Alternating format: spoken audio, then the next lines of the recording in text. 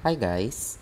For this video, ang pag-uusapan naman natin is an additional example for analysis of statically indeterminate trusses by using the force method. This video is actually part of a playlist for the structural theory. So, if you haven't watched the first videos nito, I strongly suggest na panoorin nyo, especially the introduction and the first example of this one, no? Kasi doon, mas detailed siya and mas comprehensive. So, dito sa video na to, I will simply discuss this in a shorter time, no? Kasi yung principle lang naman ng pag-solve ng statically indeterminate thrust by force method is paulit-ulit lang naman, no? And ang pinakamahaba kasing part nito is actually method of joints, no, which I assume at this point alam nyo na, no, as a viewer, no, na before naman kayo mag-take ng structural theory, it's a prerequisite na nakatake kayo ng statics. So sa statics pa lang na-discuss na yung method of joints, no, and even in the structural theory, yung mga first topics nun ay analysis of determinate thrust. So usually yun kasi ang nakakapagpatagal ng solution natin, no. So yung part na yun ng method of joints, dito sa discussion video na to, i-shorten ko na lang so that hindi naman sobrang haba yung time ng video ito, no. Anyway, without further ado, let's now try to solve this problem. So basahin ko po siya. Perform the structural analysis of the truss loaded as shown below using the force method. Horizontal bars BE, and DE have an actual rigidity of 25,000 kN. Meanwhile, the vertical bars AB, EF, and CF have an actual rigidity of 30,000 kN. Finally, diagonals member AE, BC, and CD have an actual rigidity of 40,000 kilonewtons. So, this is the entire truss, no? So, as you can see, meron siyang tatlong support, isang hinge, and dalawang roller, no? So, most probably, this is indeterminate in a sense na, di ba, ang hinge, dalawa yung support, reaction, tapos tig-isa yung roller. So, dito pa lang, apat na. And nakasanayan natin sa case ng trusses class na para maging determinate siya, usually, hanggang tatlong support reaction siya. Kasi nga, di ba, gagamit tayo ng tatlong equations of equilibrium. Pero syempre, wag tayong basta-basta magko-conclude na indeterminate siya simply because of that statement. We have ways of checking that, no? We have mathematical ways of checking if the structure is indeterminate. So, let's try to do that, no? So, yun na nga, for the solution, ayan, no? For the solution, as a precaution, i-check ko muna class yung stability and determinacy of this truss, no? Stability and determinacy. Kasi what if pala itong truss is unstable, or what if pala itong truss is determinate, no? So it's better, no, to make sure na indeterminate nga talaga ito. So I just copy the same truss. Siguro liitan ko lang siya, no? Kasi for checking purposes lang naman. So yun na nga, alam naman natin that for the hinge, dalawa yung reaction, AY, AX. For F, that's FY, and for D, that's DY, no? So here, as you can see, yung lahat ng reactions natin, no, may tatlong vertical and isang horizontal. So of course, hindi sila lahat parallel, no? At the same time, alam mo, obviously, na yung apat na reactions ay hindi mag-i-intersect sa isang point, no? So, bakit ko ba yun ini-emphasize ngayon? Kasi nga, di ba, meron tayong dalawang ways of checking the stability. First is the external stability. So, pag sinabi nating external, ibig sabihin, dapat sa support pa lang, stable na siya. And paano natin masasabing unstable ang support? First, if the reactions are parallel, or second, if the reactions are concurrent, no? So, if the reactions are parallel with each other, which is obviously hindi ito, and or if the reactions are concurrent, ibig sabihin magi-intersect sila sa single point, which is again obviously hindi rin ito. So therefore, yun yung mga unstable, no? Pero since the reactions are neither of the two, we can consider this na externally externally stable siya. So, ang gagawin na lang natin is i-check na lang natin siya for internal stability. So, paano natin yun gagawin? Of course, bibilangin natin yung number of reactions, number of members, and number of joints. So, for the number of reactions, that's 1, 2, 3, and 4, obviously. So, apat siya. So, for the number of members, 1, 2, 3, 4, 5, 6, 7, 8, 9. So, ayun siya, no? 9 ang members. And for the number of joints, 1, 2, 3, 4, 5, and 6, no? So, 6 siya. So, recall, for the case of trust, ang pang-check natin is R plus M blank ng 2J, no? So, pag kinompute natin, 4 plus 9 blank ng 2 times 6. So, 4 plus 9 is 13. 2 times 6 is 12. So, obviously, 13 is greater than 12. And therefore, this is indeterminate. No? Diba, no? Kapag greater than, this is indeterminate. And on the other hand, yung DOI niya, o yung degree of indeterminacy class, is equal to 13 minus 12. So, that is first degree, no? So, ayan, no? So, ibig sabihin, pumapasok naman itong trust natin dito sa discussion natin today. Kasi nga, di ba, dapat ang trust natin ay statically indeterminate muna, no? Kasi yun yung topic natin sa video ito. So, yun, no? Indeterminate naman yung trust natin, no? So, ibig sabihin, class, since the degree of indeterminacy is 1, ang gustong sabihin nun is meron siyang isang redundant, no, or isang naulit. So, sa case natin, usually nga kapag trust, kapag determinate na trust, no, kalimitan, 3 lang naman yung reactions nun, no. But ngayon kasi class, 4. 'Di ba, no? So, most probably, the 1 degree here is a redundant reaction. Ayun siya, no? Because sa case ng trust, may dalawang possible redundant reaction or redundant member, no? Which is actually yung redundant member, pag-uusapan natin yan in the next video. Pero yun na nga, yun yung way para ma-obvious natin.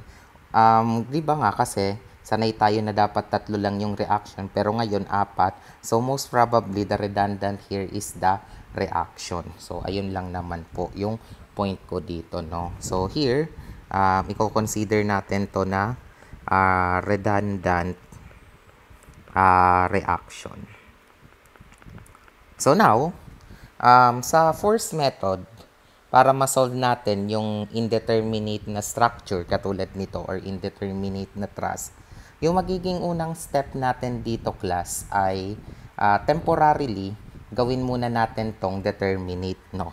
So, ang gagawin natin is make the trust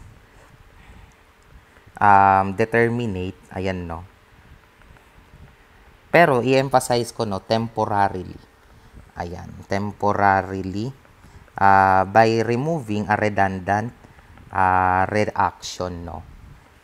Redundant reaction. So, ngayon, meron nga tayo ditong 4 na reaction and since the DOI is 1, magre-remove lang tayo muna temporarily ng isang reaction, no? So, personally, ang option ko dyan, bahala ka kung itong F or itong D, no? Kasi kapag, halimbawa, tinanggal ko yung F, solvable na yung trust natin using the typical method of joints. Pag tinanggal ko din naman itong D, ganun din, kaya na rin naman ma-solve yung trust natin using the typical method of joints, no? Pero ako personally, hindi ko i-recommend na tanggalin itong A kasi pag tinanggal mo yung A, di dalawa yung reaction, therefore magiging unstable na to. So, sir, what if gawin ko yung katulad doon sa unang example na from hinge, ginawa kong roller? Hindi rin pwede. Kasi kapag ginawa mo tong roller class, ang matitira lang AY. And in that case, yung 3 support reactions natin ay parallel and therefore, it will cause the structure to be externally stable, no? So, dito, you have the freedom na lang to make it simple. You have the freedom to eliminate temporarily yung Fy or yung dy. Bahala ka na kung alin dyan. Both of them naman are valid. But for the purpose of discussion, para makapag-move forward tayo, say, ako na lang, no, personally, ire-remove natin yung Fy, no. So, ire-remove natin yung roller support at F. So, ayun. Ayun lang, no, yung sa akin. But again, an alternative solution here is yung F, sorry, no, hindi yung F ang ire-remove ko, yung D. Ayan, no. Kasi, sorry, no. Ang ire-remove ko yung dy. Ayan, no. But again, you can remove po yung F kung gusto mo, no. Ayan, so, ang mangyayari, I will simply copy-paste this na lang, no, para makatipid na ako ng oras. Ayan siya.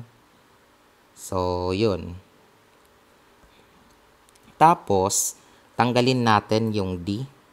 Kaya, ang matitira na lang dito sa stress natin is this one, no?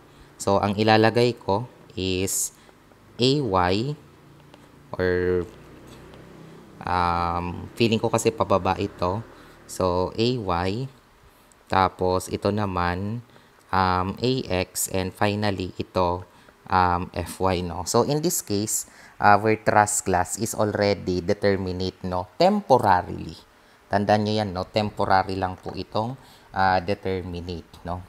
So, in this case, ang next na gagawin natin dito is kailangan ma-solve natin class yung lahat ng members. And of course, the only method that can do that is the method of joints, no? Kasi nga, again, all members. Okay? But of course, bago kayo makapag-start ng method of joints, kailangan isolve nyo muna yung support reaction.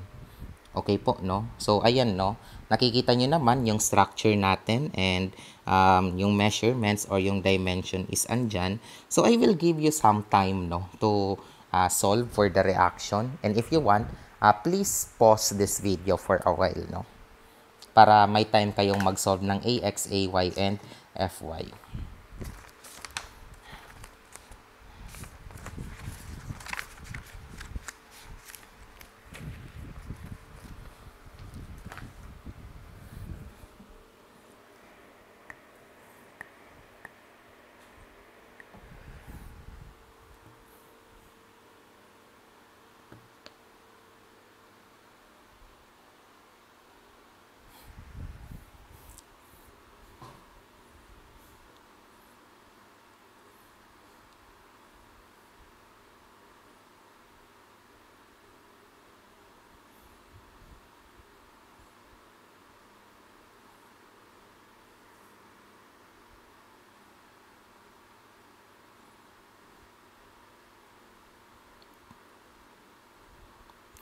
Okay, no? I assume at this point, you play it now the video and meron na kayong sagot. So, to verify your answer, class, ang magiging reaction dyan sa AY, pababa talaga siya na 63 kilonewton. So, yung AX naman is 65 kilonewton and yung Fy is 123 kilonewton, no? So, ayan, no? But again, hindi yan yung totoong values ng AX, AY, and Fy, no? Huwag nyo siyang i-assume na yan na talaga yung correct, no? Kasi nga, di ba, yung original na structure natin ay may roller yan. So, itong values na na-compute natin, ito muna yung magse-serve as the temporary value when we make the structure determinate for a while. Okay po, no? So now, dahil alam na natin yung ating initial reactions, so of course, isosolve na nga natin yung lahat ng ito using method of joints. But ito na lang, tip ko, pag nag-method of joints, hanapin nyo na agad yung magiging slope ng ating diagonals para dire-diretso, no? Kasi pag nagdo-drawing tayo, wala namang problema sa horizontal and vertical, pero medyo mahirap kasi sa diagonals, no? Kaya observation lang naman yan. Halimbawa, dito sa diagonal AE, so since this is 5 meters horizontal, 3 meters vertical, so obviously, ang magiging slope is 3 vertical to 5 horizontal, no? Then, simply use Pythagorean theorem para mahanap nyo yung magiging hypotenuse niya. I believe that's the square root of 34, no?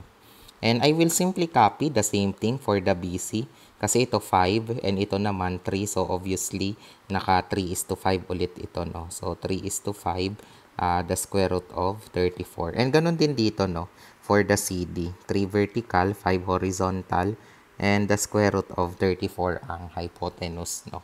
So, ayan, no? Ginawa natin yan para mas dire-diretso lang yung computation natin, no? So, now, we will proceed the method of joints, no?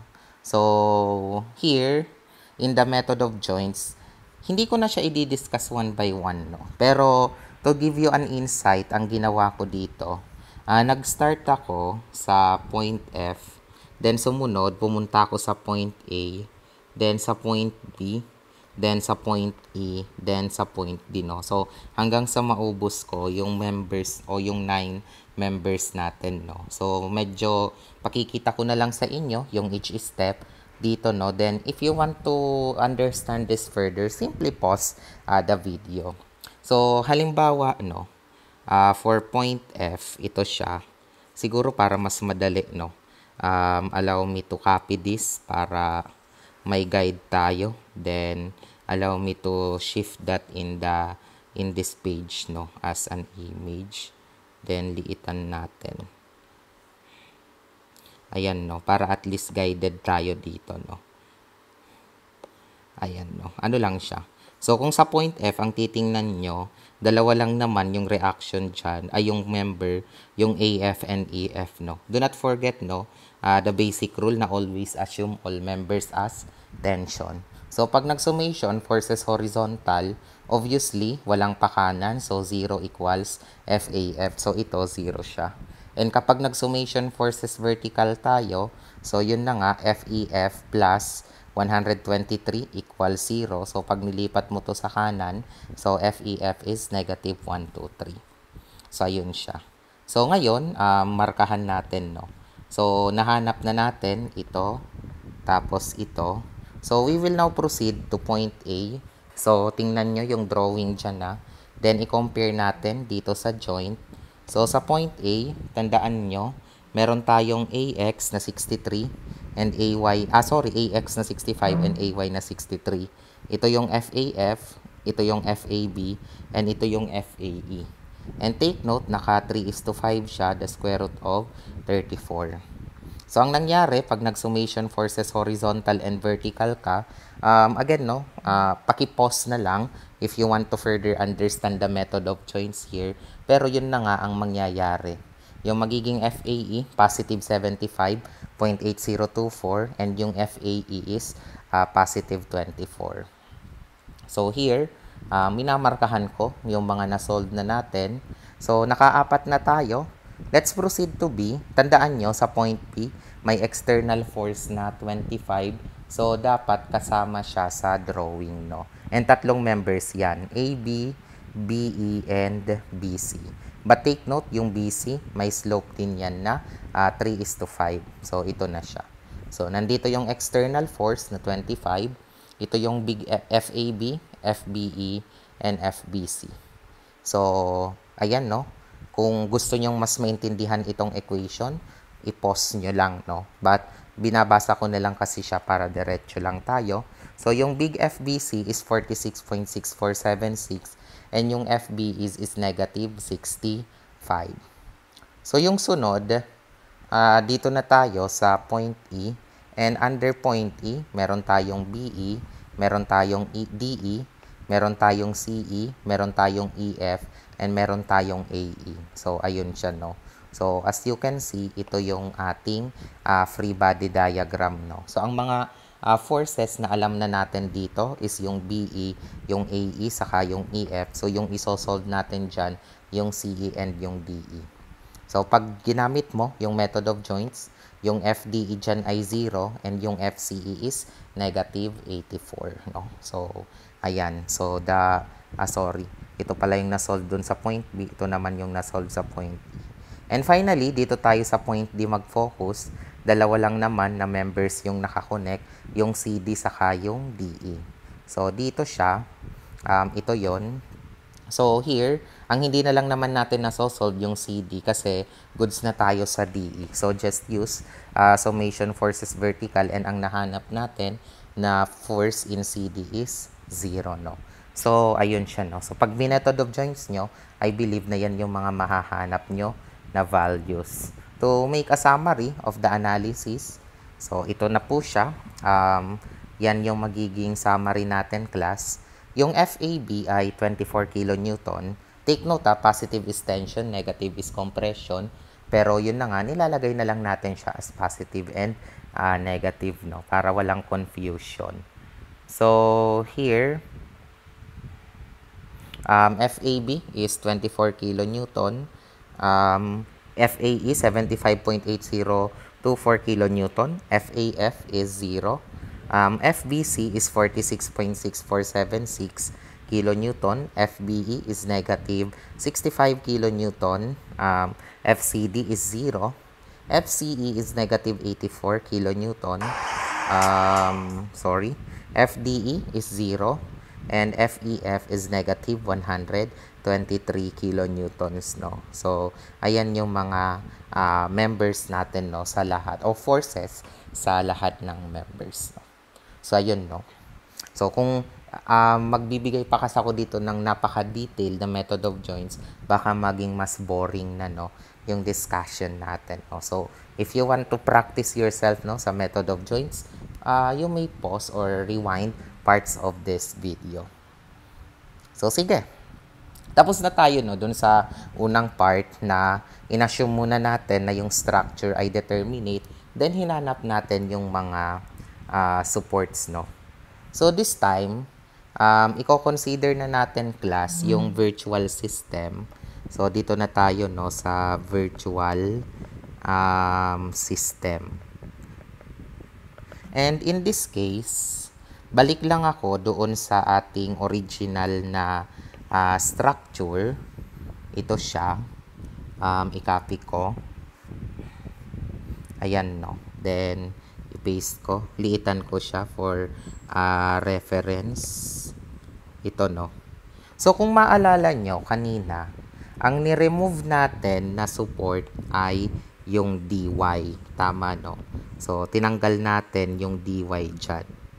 So, ngayon, ang next na gagawin natin para dito sa virtual system natin, class, maglalagay ako dito ng force na 1. Yun naman, no? Kasi this is just a unit load method or the virtual load method, no? Pero, yung lalagyan mo ng unit load is doon sa point kung saan tinanggal mo yung redundant natin, no? So, sa case natin, no, kanina, ginawa natin siyang determinate by removing the support at D. So, therefore, for the virtual system, it is still the same determinate thrust. Still, remove ko pa din yung supposed to being roller support at D. But this time, maglalagay tayo ng unit load dito. So, as you can see, wala pa akong nilalagay na arrow because actually, it's your prerogative. Kung gusto mo, ilagay mo siyang pababa na 1, okay lang. Kung gusto mo naman, ilagay mo siya na up na 1, okay lang din. Decision mo na yun, no? Or discretion mo na yun, no? Kasi, kung sakaling mag-negative man ang value niyan, edi magse-self-adjust lang naman, class, ang sagot natin, no? So, ulitin ko, no? Maglalagay ka dito ng 1, bahala ka na kung pababa yung 1 or pataas yung 1. So, decision mo na yun, no? Personally, I put the 1 as pababa. So, ayan, no? But again, you will use na 1 as pataas. Walang problema doon. So, now, meron na tayong virtual system. And by the way, I forgot that in virtual system, rini-remove pala natin yung mga real loads, no? Diba, no? That's a rule. So, tinatanggal ko lang to. Ayan.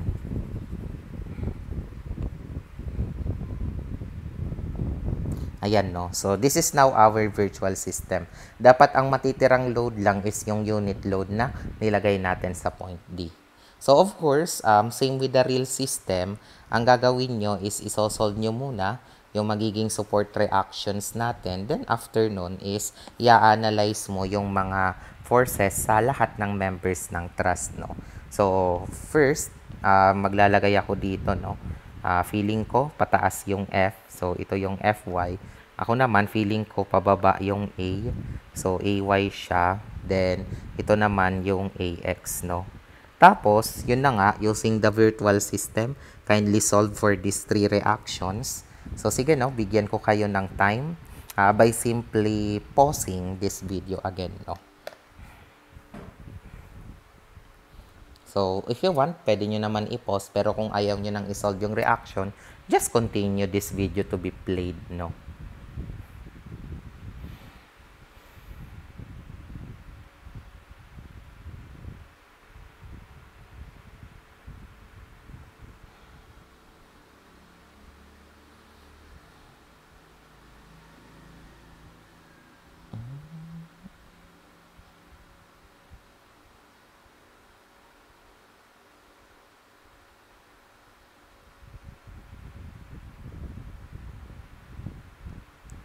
Okay. So now, I assume at this point, pine-play nyo na. So now, ang i-check nyo nga, i-check na natin kung tama yung mga reaction. So yung Fy, pataas siya na 2. Yung Ay, pababa siya na 1. And yung Ax is 0. By the way, talagang unitless yan, no? Hindi yan 2 kilonewton, 1 kilonewton, or what. It's literally 2 and 1. Katulad din dito, yung unit load, hindi yan 1 kilonewton or what. 1 lang talaga yan, no?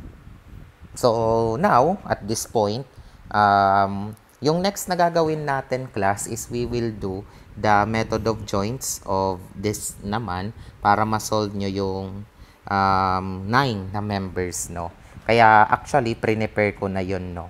And kalimitan, in virtual system, ang ginagamit natin na symbol ay small letter, no? Halimbawa, small letter EF, small letter AF, no? Para hindi tayo malito sa pag-compare doon sa real system. Tandaan nyo yan, no? It's just my personal way of solving this, no? Sa akin na lang yun, no?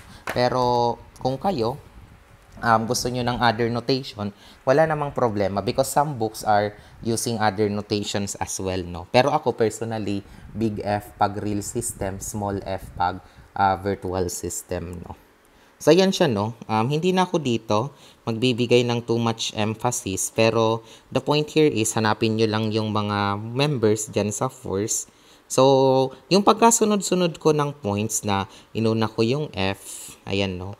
Followed by A, followed by B, E, and C, na pag method of joints, kanina sa real system, ginaya ko lang yan class doon sa virtual system, no? So, I will give you some time to pause para gusto nyo talagang ma-check one by one, no? So, halimbawa, ito, no? For joint F, tingnan nyo na lang and no? And paki-pause kung gusto nyo talaga siyang pag-aralan, no?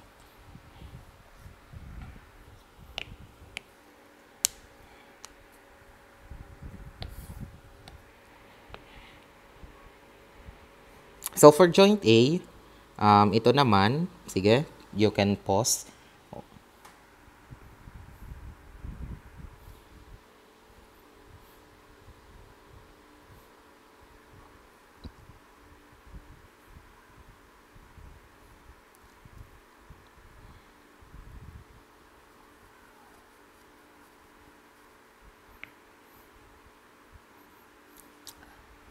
So, sunod, for point B, ito naman, no, for joint B. And idamay ko na nga din, no, yung joint E. So, ayan, no. Paki-pause para naman sa joint B and joint E.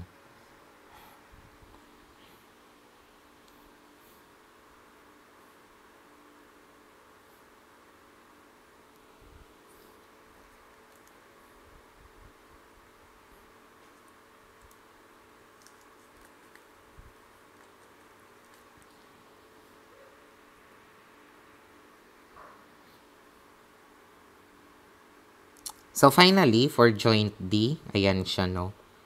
So, yun, paki-double check.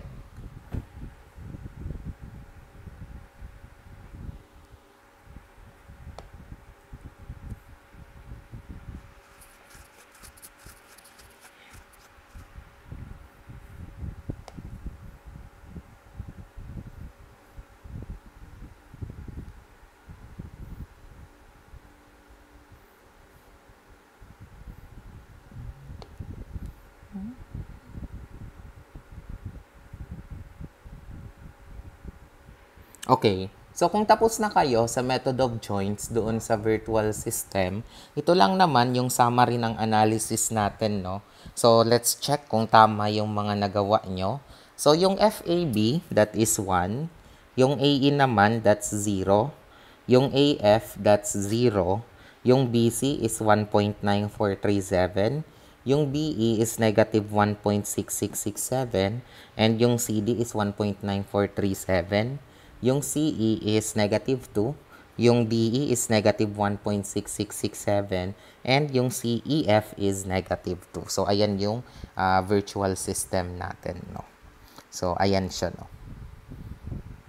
Now, kung tapos na kayo sa real and virtual system, no?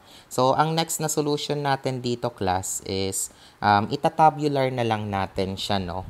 So, take note, meron tayong 9 members. Inarrange ko na siya.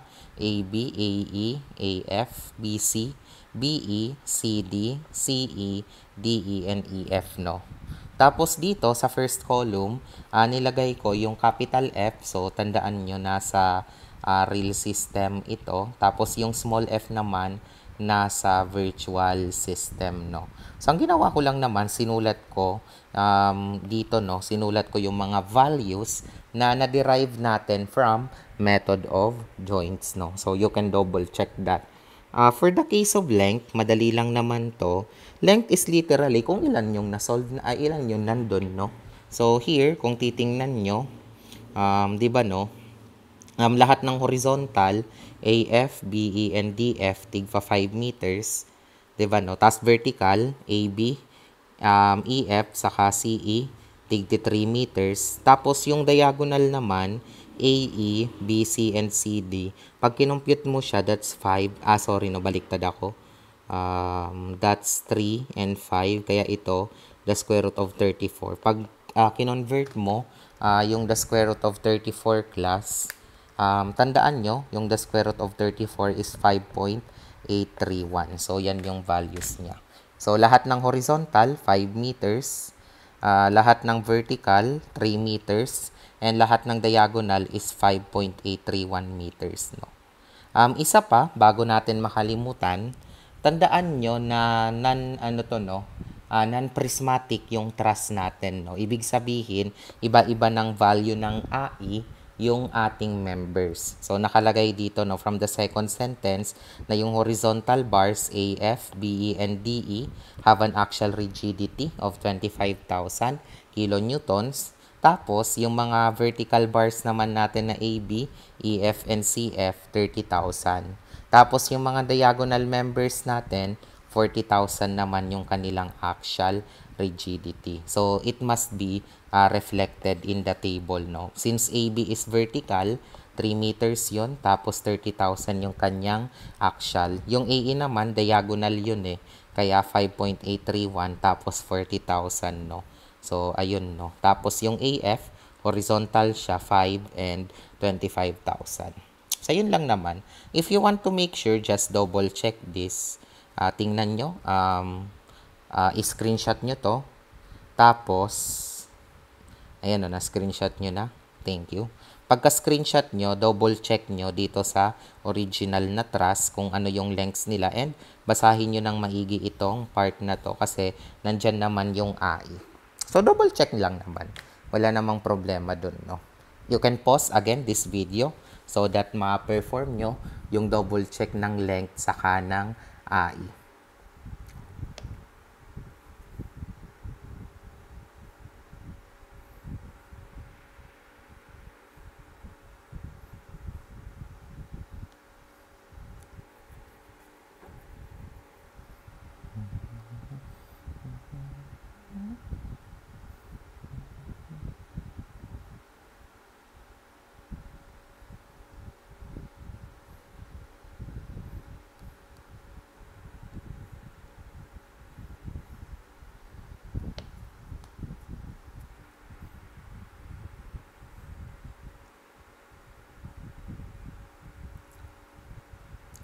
Okay, so feeling ko naman na double check nyo na siya, no?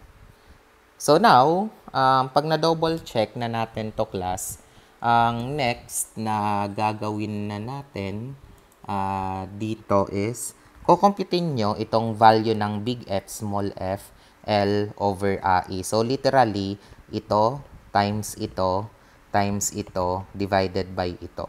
So, ayan siya. So, halimbawa, 24 times 1 times 3 divided by 30,000. So, ayun siya, no?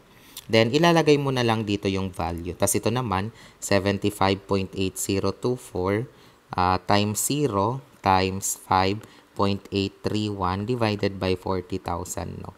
Pero actually, para hindi ka na mahirapan, kumputin nyo na lang siya using the calculator, no? So, halimbawa, itong una, I will use 6 decimal places, no? Para mas accurate tayo, no?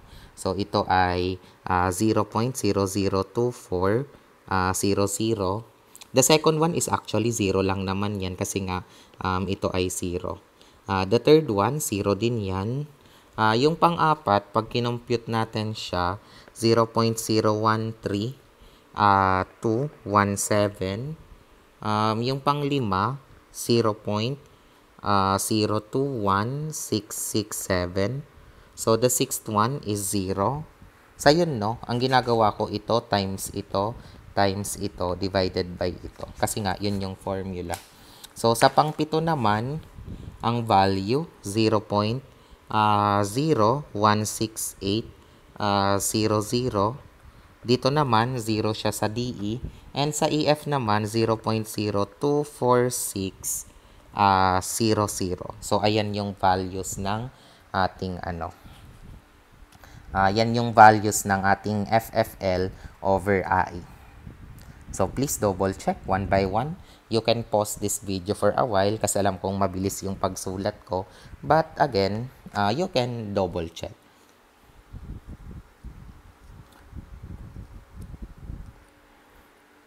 So now, dahil na-solve mo na itong unang part, so yung next na gagawin nyo dito class, isahanapin mo itong F squared L over AI. So ito naman, i-ignore natin ito. Literally, F squared, ayan siya, no?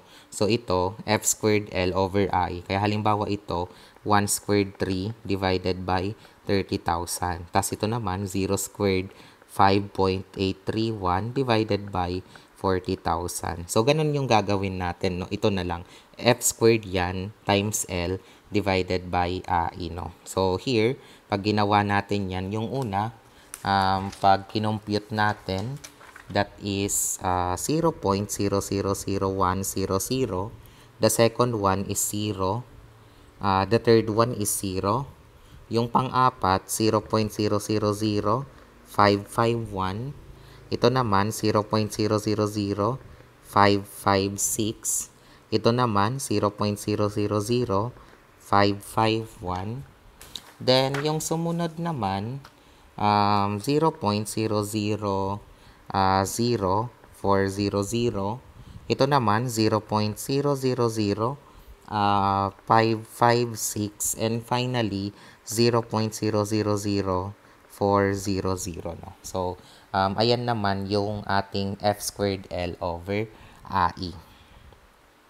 So, you can pause that again, this video, so that you can double check their values. Ako, no, I strongly recommend to use at least 6 decimal places to assert the accuracy of the, to assert the accuracy of the choices or of the solution. Hello.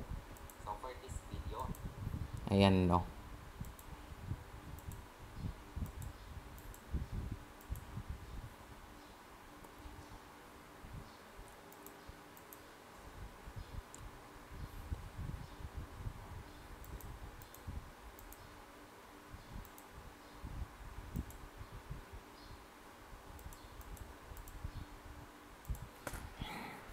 Okay.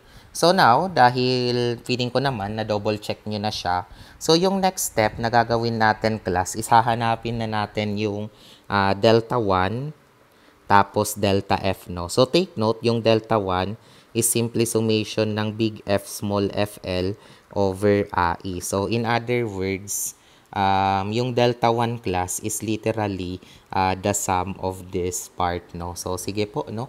Paki-compute yung value na yan. Excuse me.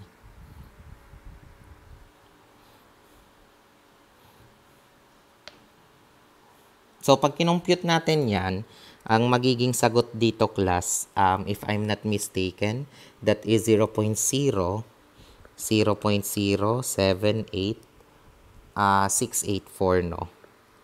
Ayan siya. Tapos, bukod sa delta 1, ang next na kukumputin natin dito ay yung delta P. So, here, ang delta P naman, ang solution lang naman dyan is literally, i-add mo lang itong other side, summation ng F squared L over AE. So, pag kinumpute mo siya, ang magiging sagot ay, by the way, ang unit nito, mga meters yan the deflection. So, ito naman, ang unit, 0.0.03113, no? 3113. So, that is now your answer, no?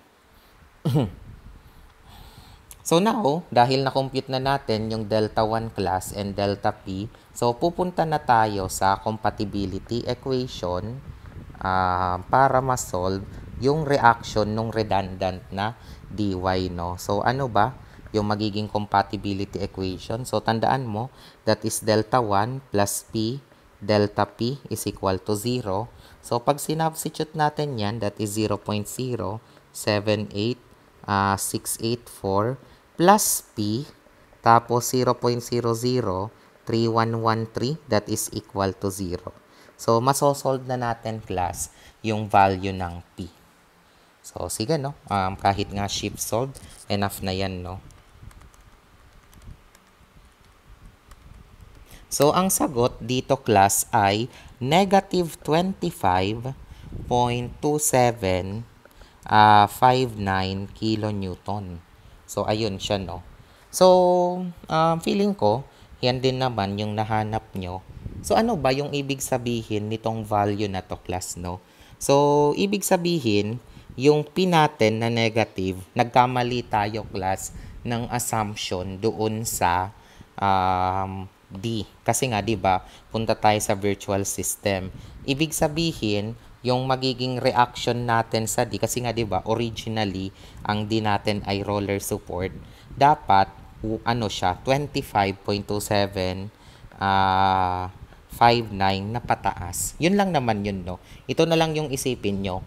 Ang ibig sabihin ng negative na value is, hindi, or yung magiging final na reaction at D is opposite nung inassume nyo sa virtual system. Nag-assume tayong pababa, yung na-compute natin na answer ay negative. So, therefore, pwede natin sabihin na yung dy ay 25.2759 kilonewton na pataas. So, that is now your reaction at the redundant support D. So, yun, no? So, at least, at this point, na-solve na natin, class, yung dy, no? So, ano na? Yung mangyayari dyan, so, as you can see kanina, I simply copy this original truss. So, now, ang gagawin na natin dito ngayon, class, is i-consider nyo ulit itong original truss, no? So, consider the original truss. So, yung hindi natin ine-edit, no? Kasi, at this point, na-solve na natin yung reaction sa D. In fact, yun na nga, yung dy natin ay 25.2759 kilonewton. So, in this case, ang magiging next step nyo na, class, is isolve na natin yung mga reactions natin for the F and yung A, no? So, naggagawa na ako dito ng paraan. Ito na siya. So, ito na yung magiging AY, ito na yung magiging AX, and ito na yung magiging FY. So, in this case, bumalik tayo doon sa original na structure. Tandaan nyo to, no? Original structure na to. And just use again the equilibrium para ma-solve na natin yung totoong value ng FY, AY, saka ng AX. Again, totoong value na yung pinag-uusapan natin. Okay, no?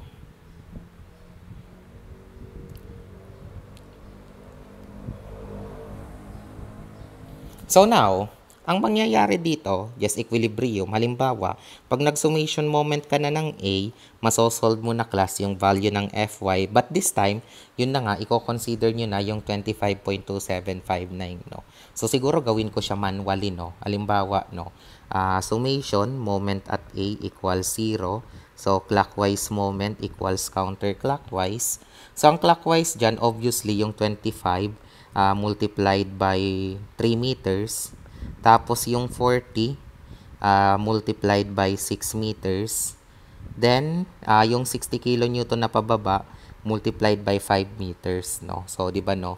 Ito clockwise, ito naman clockwise, no? With respect sa point A. Yung counterclockwise natin, yung mismong Fy na multiplied by 5 meters plus ito mismong 25.2759, no? 25.2759 na multiplied ng 10 meters, no? So, ayun siya, no? Clockwise equals counterclockwise.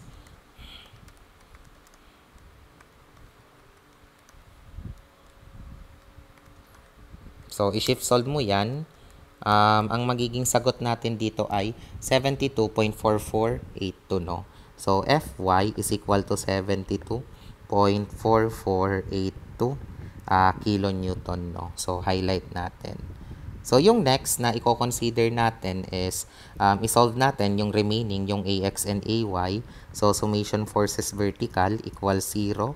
So, up equals down. So, as you can see, ang upward natin ay dalawa, Fy plus dy equals yung downward Ay and 60. So, yun, no? So, pag sinolve natin to, halimbawa yung Fy dot 72.4482 plus 25.2759 equals Ay plus 60. Kaya yung Ay natin ay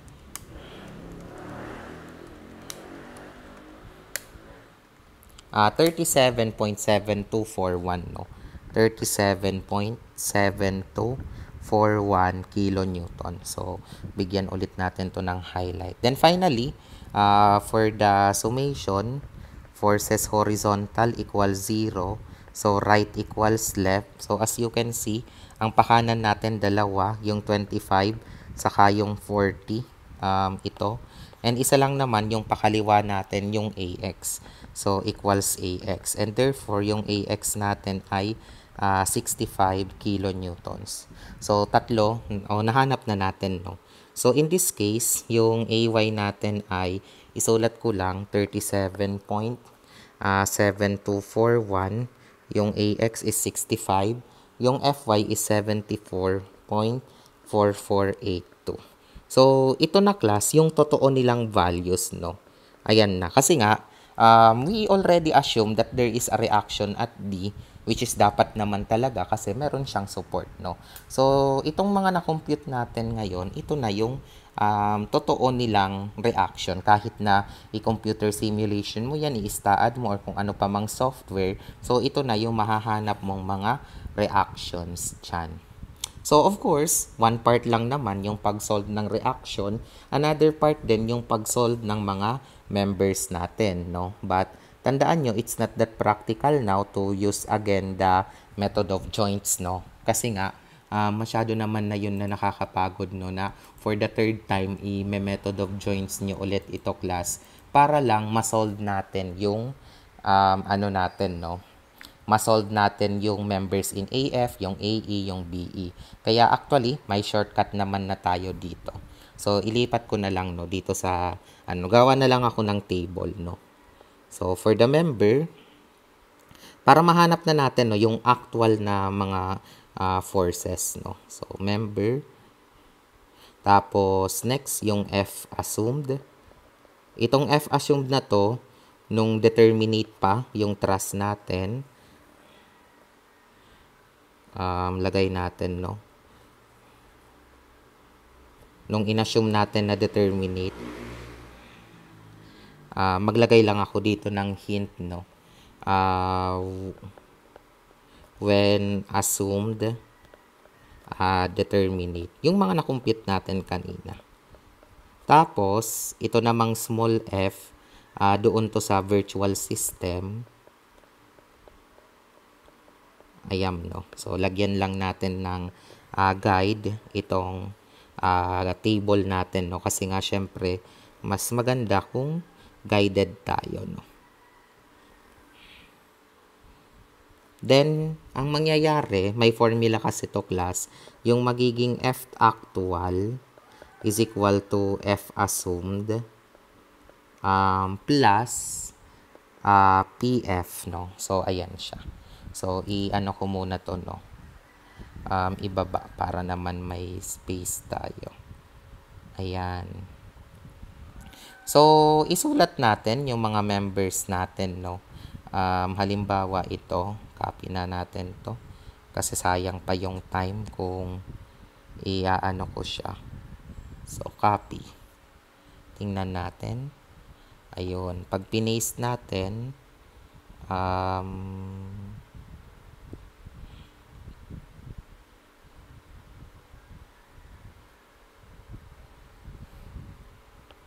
pangit, no? Basta isulat ko na lang tuloy. Tiyagaan ko na lang to, no? Na isulat. Ayusin ko lang yung table. Hindi ko kasi na-prepare beforehand, eh.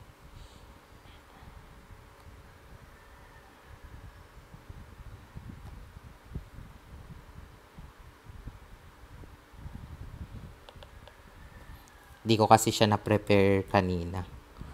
Pero anyway, this is just the last part, no? Of our computation.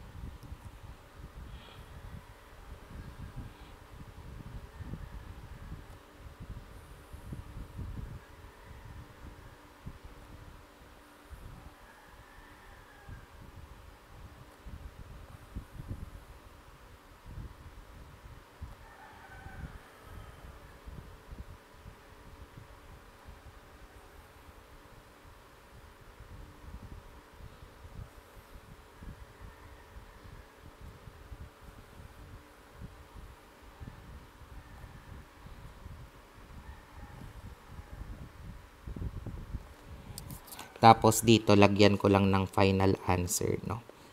Ayan, no? As a guide. So, here, putulin natin to, no? I-trim natin. Ayan, para mas magandang tingnan, no? So, isulat ko lang yung mga members natin, A, B, AE, AF, BC, BE, CD, CE, DE, and EF, no? Tapos, yung F assumed na tinutukoy dito class, ito yung value ng F kanina, no? Na-compute natin, no? So, yung 24, yung 75.8024, 0, yung 46.6476, negative 65, 0, 84, negative 84, 0, negative 123. Yung small f naman is 1, 0, 0, 1.9437, negative 1.6667, 1.9437, negative 2, negative 1.6667, and negative 2. So, ngayon class, ready na tayo dito, no? So, isosolve na natin yung actual force in all members using this formula, no? Na F assumed plus PF, no?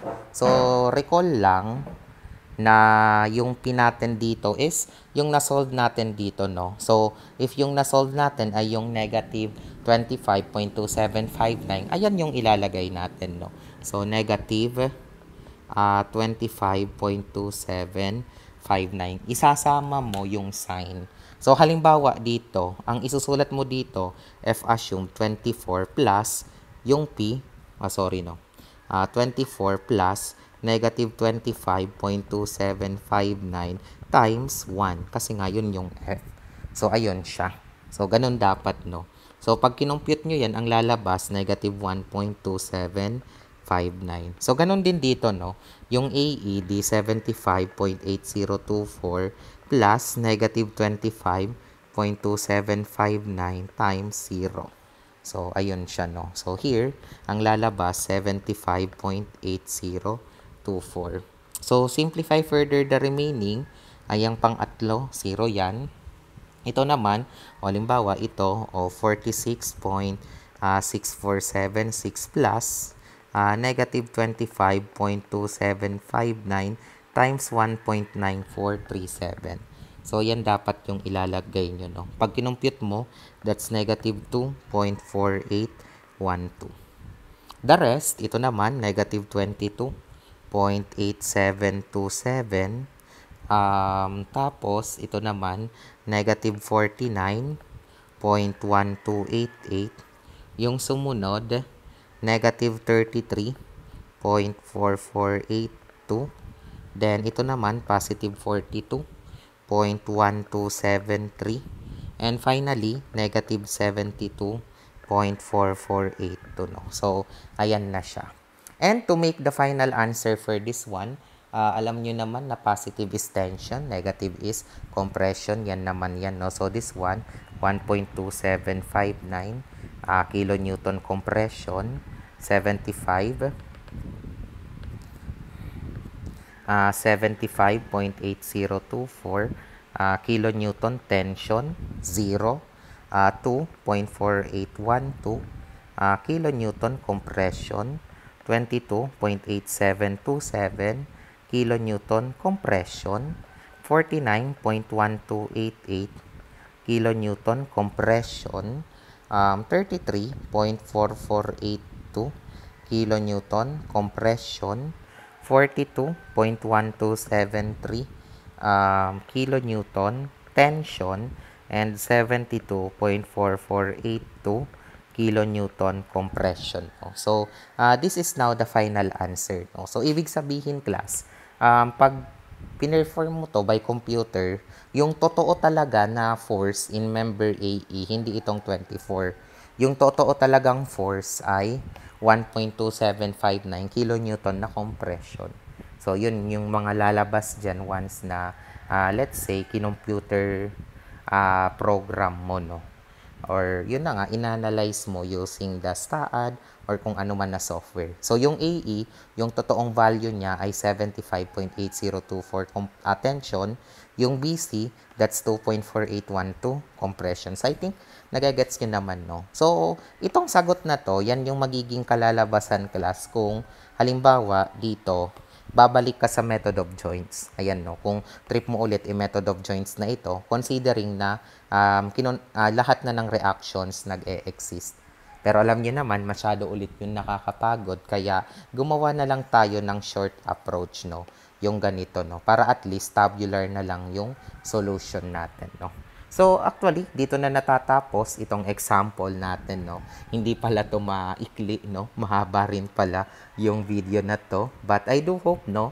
Natsagaan nyo na mapanood dito and may na-acquire kayong knowledge or mas, sabihin na natin na mas na enhance, no? Or mas naintindihan nyo pa yung topic na ito, no? Na pag-solve ng indeterminate thrust using the force method, no? So, yun lang, no? Thank you so much and have a nice day.